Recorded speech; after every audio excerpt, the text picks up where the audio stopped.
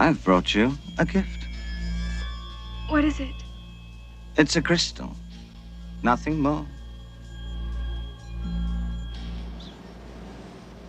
Got it?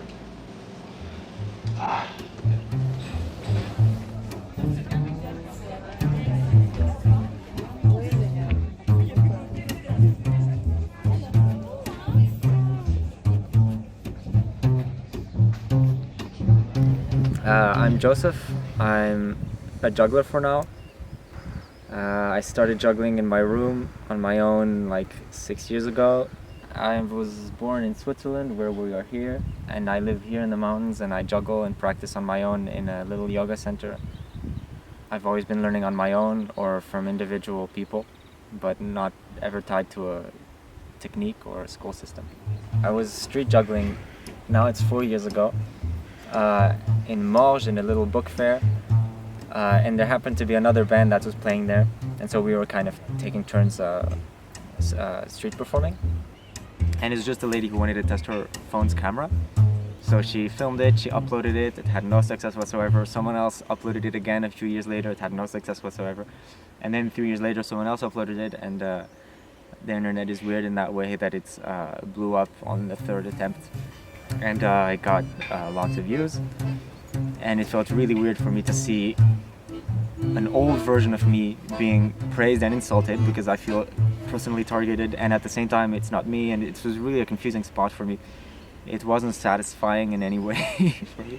Like, even though I had always had this dream of going viral, because I got into juggling through Okotampe, a Japanese juggler's viral video, so I felt like if I could reach that level, then it would mean that I succeeded or whatever. So it wasn't actually satisfying because it was an old video and I didn't like it very much. But at the same time, it kind of made me not feel like running after virality or widespread success anymore, because I got a taste of it and it didn't feel so good.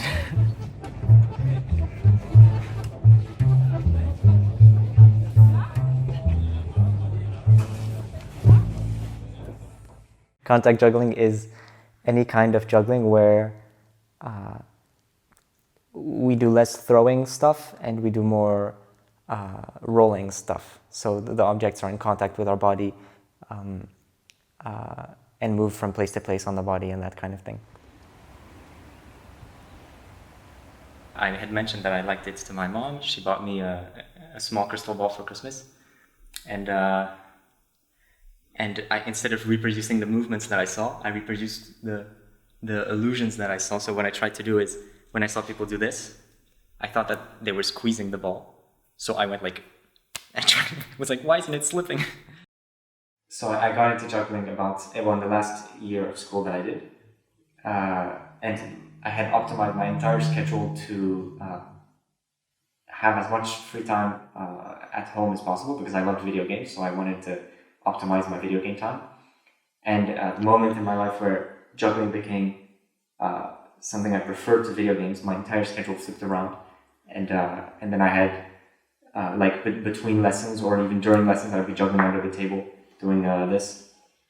The idea of not juggling when I could be juggling was like mental torture to me, because there was such a strong inner discipline, inner whip.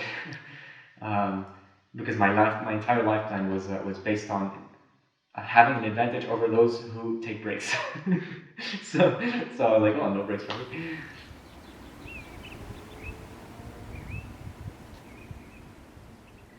Already a sphere is as simple a shape as you can get. If you think about it, every single object in the universe is going towards a horizon of becoming more spherical, you know? Like all the planets are chipping off asymmetries to become more and more spherical. So everything wants to become a sphere, you know? Sphere is really the basic 3D shape, is the one with the fewest qualities. Like it has no angles, it has no complexities. And it's perfectly symmetrical. And then not only is it a sphere, but also it's a transparent sphere, which is pretty much the most minimalist you can get after being the white or black sphere is a sphere that doesn't even claim to have a color. So it's even less info, less info, less info. So I really like that minimalistic philosophy that you can apply to anything, but that seems like it's shouting at you when you're contact juggling.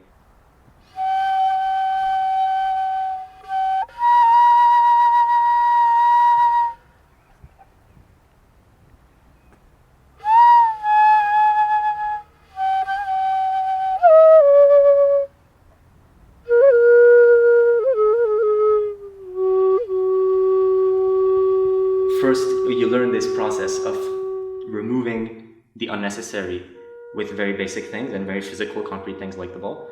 And eventually that same attitude that you learned and that same act of relaxing and letting everything fall off, but keeping the essence, is the same. It's the same like command you give. It's the same attitude or the same stance, you could say, then that you practice then. But instead of doing it towards the ball or towards your body, you do it towards your mind.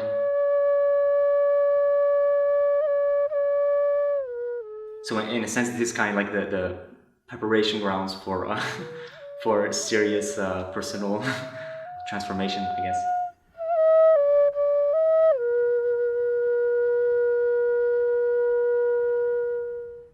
So I think in a way juggling can be seen as and for many people that's the role it serves. It's a way to rally all the forces inside of you towards one common goal, because it interests the parts of you that want to be friendly towards your neighbors and the parts of you that wants to impress your neighbors and be better than them. So actually what's up in the future is not so much the stuff that I know that's going to happen, because yeah, that's probably some part of the future, but really the process that's going on is of less and less knowing where I'm going, and more trusting what I feel like doing every day. And maybe if, you know, like ideally if tomorrow I don't feel like juggling anymore, to not be scared to never juggle again in my life. Like to trust that if I don't feel like juggling, but suddenly I feel like becoming a singer or something, to trust that that'll lead me where it needs to. So to just do this, because I'd much rather be a bad singer but have this passion, surely that'll bring me somewhere, than continue juggling because that's what I was into, but there's no more passion. Of course, you know, if my passion goes somewhere else, if what draws me moves, then I'll move in that direction. So the real work is in becoming more and more true to myself. When I answer an email, someone says, "Are you interested in this?" To be able to, instead of going to my mind and thinking, should I be interested in this? Is it a good idea for my career, or is it a good idea for my what people think of me if I were to be someone who was interested in that? Instead, to be like, am I really interested in that? Yes, no, I don't know. And to answer for real. And that's a step that's really hard for me to do, because I've always been so much referring to my mind in terms of, and instead of being who I am, I was being who I thought I was, or who I thought I should be. So anyway, that's what's in the future. It's I have no idea what it is.